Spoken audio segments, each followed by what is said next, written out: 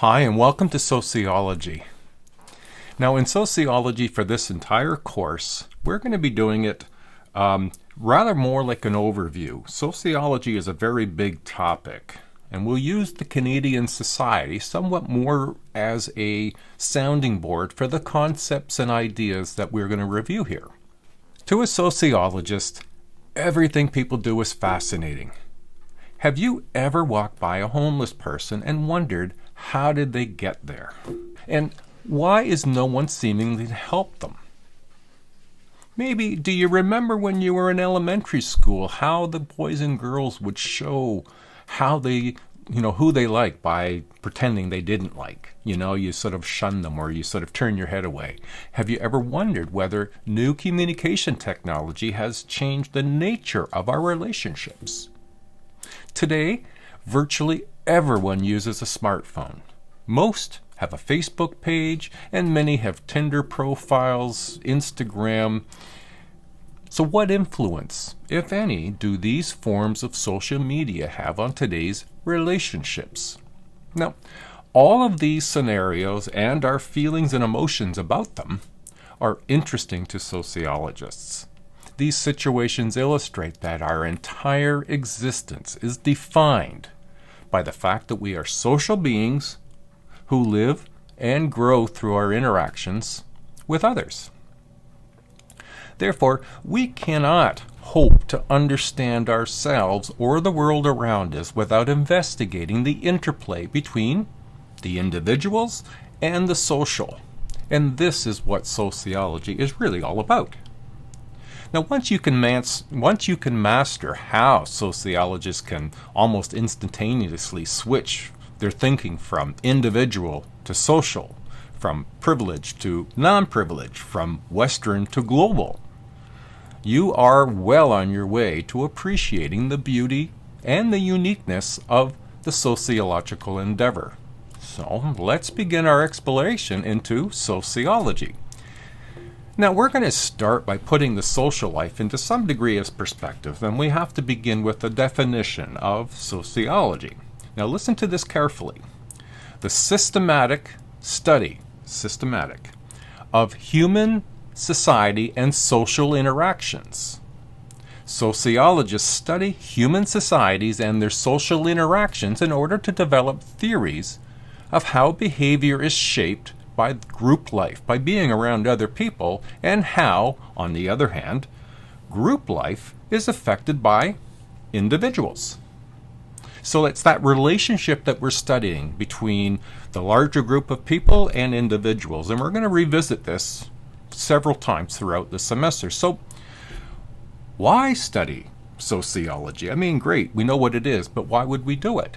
Well, sociology helps us gain a better understanding of ourselves and our social world.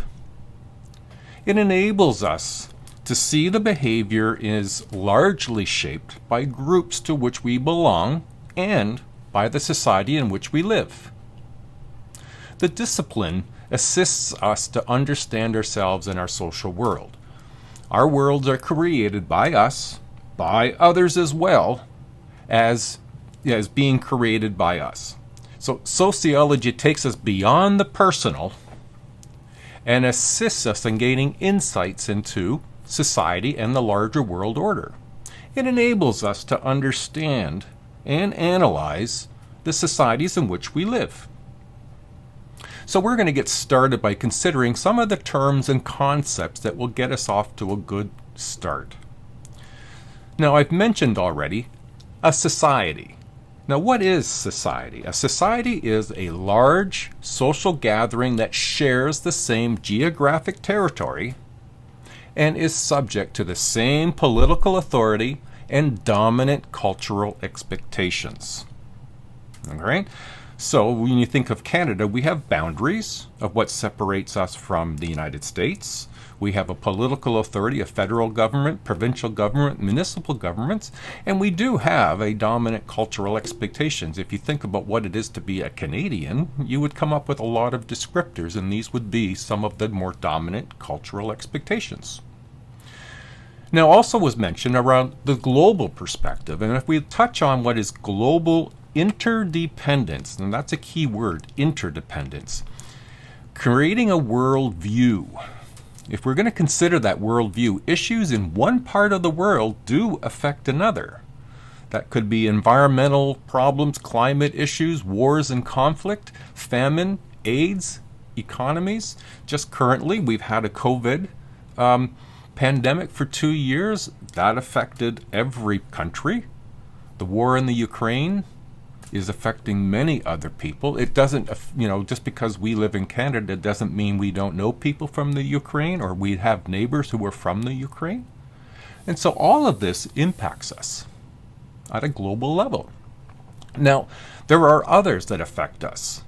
Other countries, Canada, US, and Mexico in 1984 formed the NAFTA agreement, the North America Free Trade Agreement, and many other relationships in which the lives of all people are intertwined more closely, and any one nation's problem are part of the global pattern.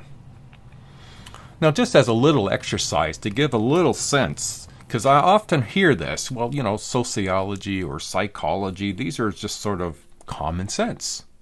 Well, you'll find on page 6, box 1.1, test your common sense and see just how you manage on that. Now, more often based on belief rather than fact. That is what common sense is. Common sense is usually our own belief system saying, well, this is the way you can explain it, but it's not a fact. If it comes from your belief, it's just your belief.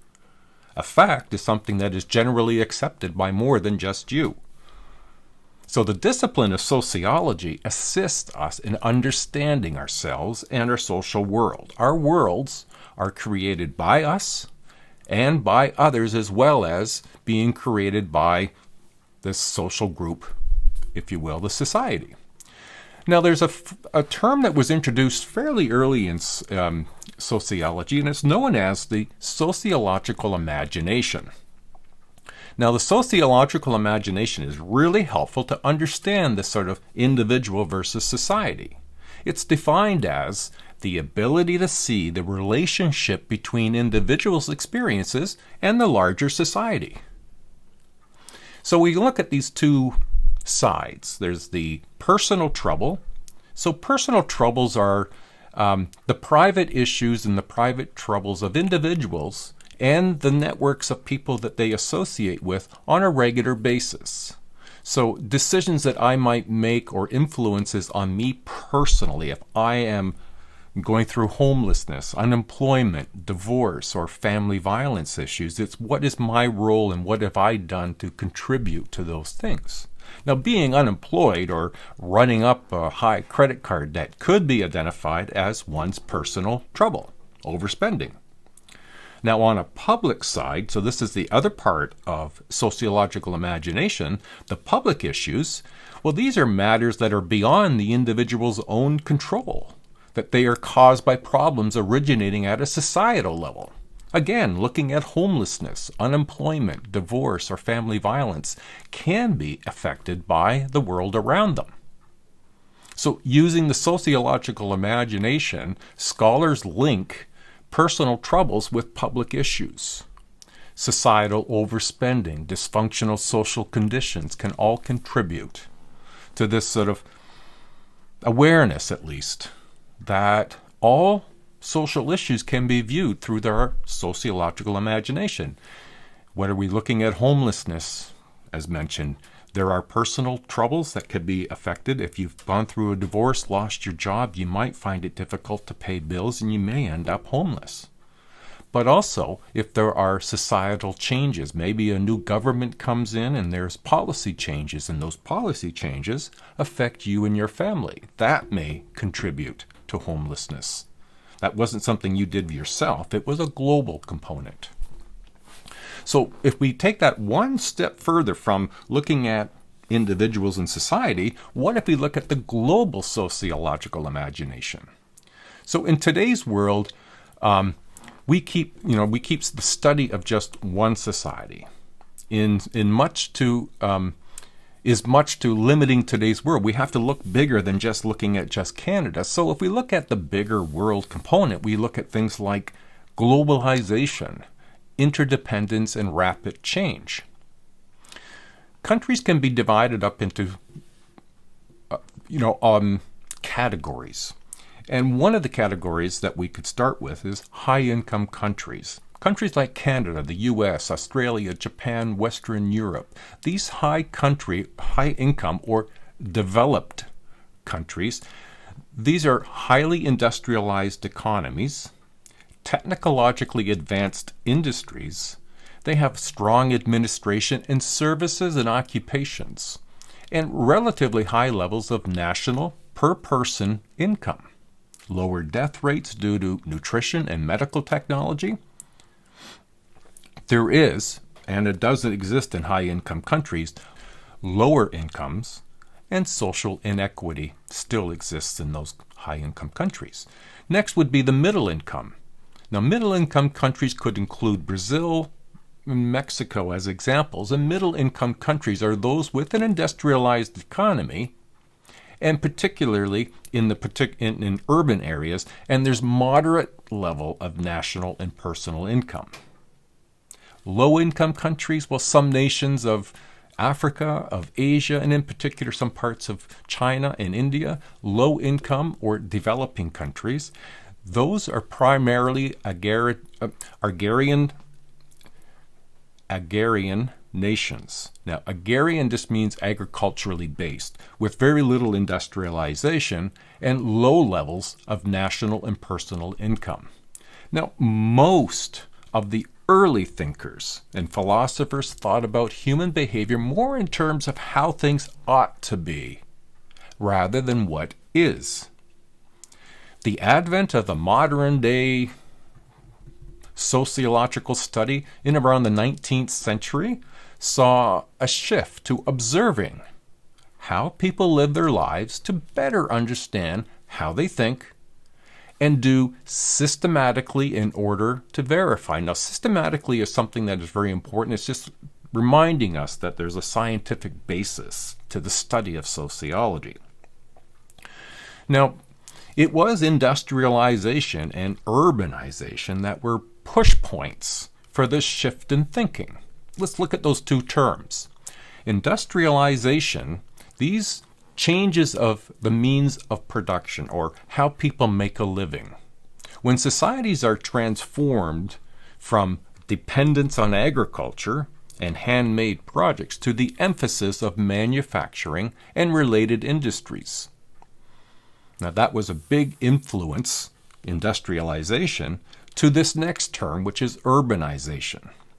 When there was so much more industry in urban areas, sort of cities, if you will, urbanization, which is the process by which an increasing proportion of the population is moving from the rural areas into cities. Many people move from being producers to being consumers then. As a result, you can probably imagine if you put a lot of people from outside of a city and the cities get bigger and bigger and bigger, the result are new social problems that will emerge. Inadequate housing, unsanitary conditions, poverty, pollution, crime, and low wages, and they all did occur. Now, the early thinkers, they were concerned with the social order and stability. Natural scientists had been using reason or rational thinking to discover the laws of physics and the movement of the planets. Well, the social thinkers, they began to believe that by applying the methods developed by the natural sciences, they might discover the laws of human behavior and apply these laws to solve social problems. So they were horizontally using other sciences to help develop their own science. So some of the early sociological thinkers, this would be the early to the middle of 19th century, such as Auguste Comte, Harriet Martineau, Hubert Spencer, and Emile Durkheim. They were interested in analyzing social order and stability. We'll start with Auguste Comte. He developed a term that was known as positivism. Now, positivism is a belief that the world can best be understood through scientific inquiry. Comte believed that objective, bias-free knowledge was attainable only through the use of science rather than religion. Now, Harriet Martineau, she advocated racial and gender equality, analyzed how large-scale social structures influence the lives of people, and in particular, women, children, and those who are marginalized by virtue of being criminal, mentally ill, disabled, poor, or alcoholic. Then we can touch base on Hubert Spencer. Spencer constructed an evolutionary perspective on social order and social change. Societies develop through a process of struggle, a struggle for existence, and fitness for the survival, which he referred to as the survival of the fittest. You've probably heard that associated with Charles Darwin. Used to justify the repression and neglect of minority groups in the late 19th century and beyond, it was known as scientific racism, the exclusion of certain groups, but only the study of limited groups. So you could imagine it would bring about less than accurate information about a society. Now, Emile Durkheim, well, he's the very crucial figure in the development of sociology as an academic discipline. He promoted the scientific approach to examining social facts that lie outside the individual. The founding figure of what's known as functionalism. The functionalist theoretical perspective is a very traditional one. Now, one of Durkheim's most important contributions to sociology was the idea that societies are built on social facts. So let's find out, what are social facts? Well, these are patterns or ways of acting, thinking, and feeling that exist outside of any one individual, but that exert social control over each person. So Durkheim coined the term anomie. Anomie is a condition in which social control becomes ineffective as a result of the loss of shared values and a sense of purpose in society. So it started to look like this interconnectivity within a society was really important to sociology. How did that happen? So there were further research that was being done in the movement towards a more modern day sociology, and we're going to start with Karl Marx. Now, Marx analyzed the struggle between the capitalist group and the working class. It was an unequal distribution, unequal. And he coined this as class conflict. There was two groups, the capitalist class on the upper side, and they were also known as the bourgeoisie. They own and control the means of production. They own the corporations, the businesses, and they hire people. They would hire the working class. That's on the lower side. The proletariat, the working class. They must sell their time as labor because they have no other means to earn a living. Now, as a part of that, Marx suggested that alienation was an important variable for the working class. Exploited workers feel a sense of powerlessness and estrangement from other people and from themselves. It believed in a society should not just be studied but should also be changed because the status quo is oppressive to most members of society. Now, Marx sort of sees the bourgeoisie as being a smaller number, much smaller than the proletariat.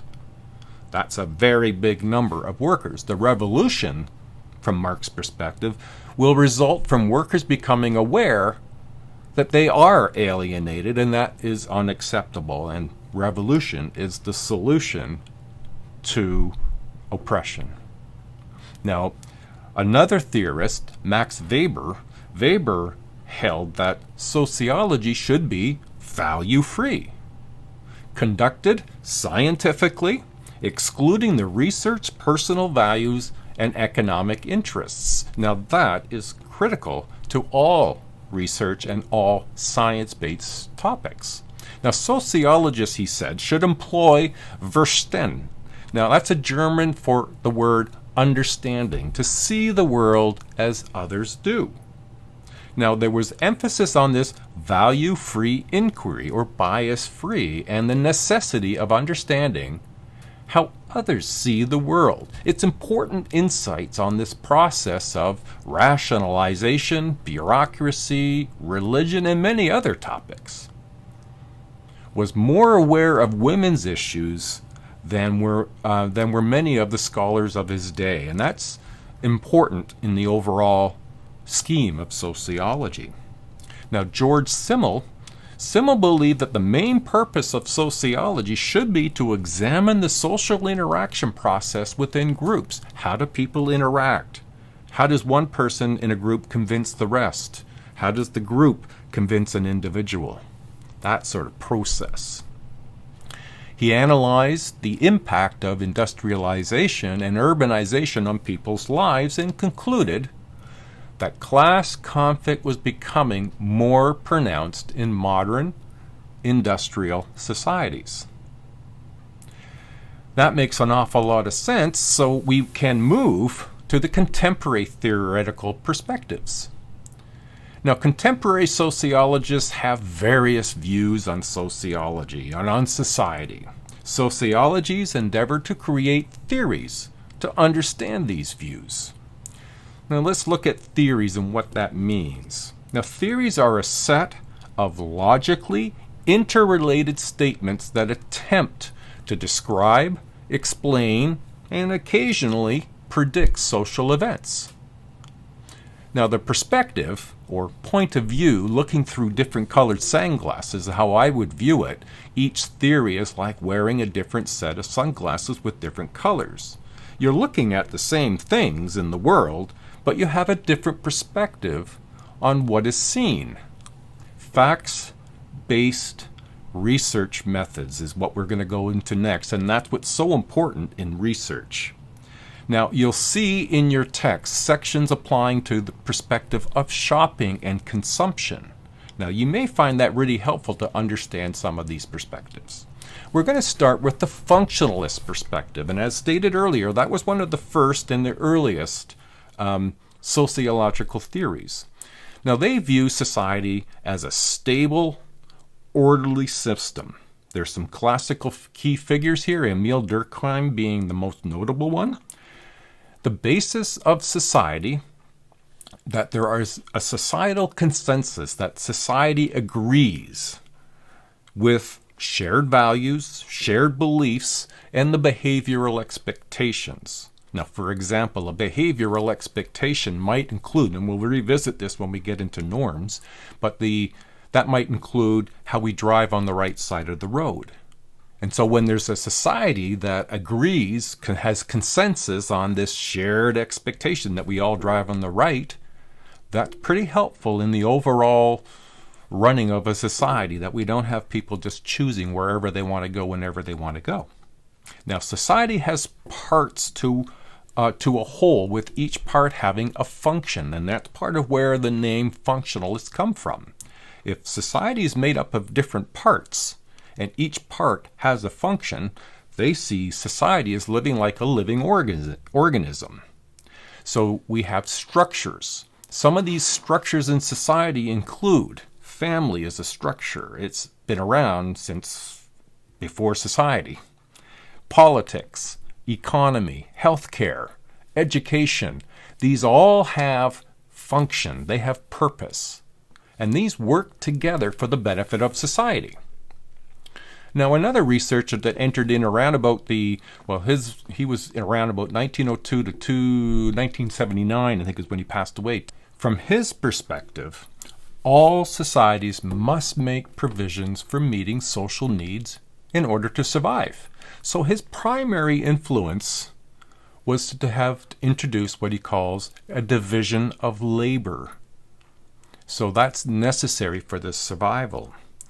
There's an instrumental or expressive roles, and they're necessary for that survival. So let's look at those. Instrumentally, so the instrumental roles are leadership and decision making, and it generally falls on the shoulder of husbands and fathers, whereas the expressive role, housework and care for children and providing emotional support from the family, is generally associated with wives and mothers. Now, as you can see, very traditional view. Now, R.K. Merton, now he introduced manifest functions and latent functions. We'll look at both. Manifest functions are intended or overtly recognized by the participants in the social setting, whereas latent functions are unintended, that are hidden and remain unacknowledged by the participants. Dysfunctions is a peculiar word. It's an undesirable consequences of any element of society. It could be the undesirable consequences of education, of teaching, a variety of different things is what I'm trying to express here.